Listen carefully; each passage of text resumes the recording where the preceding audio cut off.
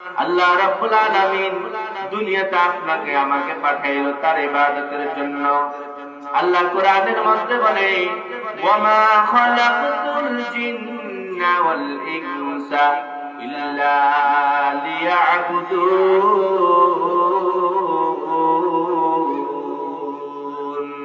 আমি আল্লাহ রাব্বুল আলামিন জিন জাতিকে এবং মানুষ জাতিকে শুধুমাত্র আমার ইবাদতের জন্য সৃষ্টি করেছি।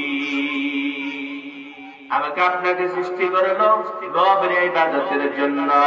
আজকে যখন নামাজের সময় হয়, আপনার আশেপাশে কত মসজিদ, মসজিদের মধ্যে আবার কতগুলা মাইক লাগাইয়া মুয়াজ্জিনের কণ্ঠের মাধ্যমে আল্লাহ রাব্বুল আলামিন আমাকে আপনাকে যেন ডাকে, হাইয়া আলাস সালাত, ও বান্দা আসো আসো নামাজের দিকে আসো, হাইয়া আলাল ফালাহ, ও বান্দারা আসো তোমরা তোমাদের কল্যাণের দিকে আসো।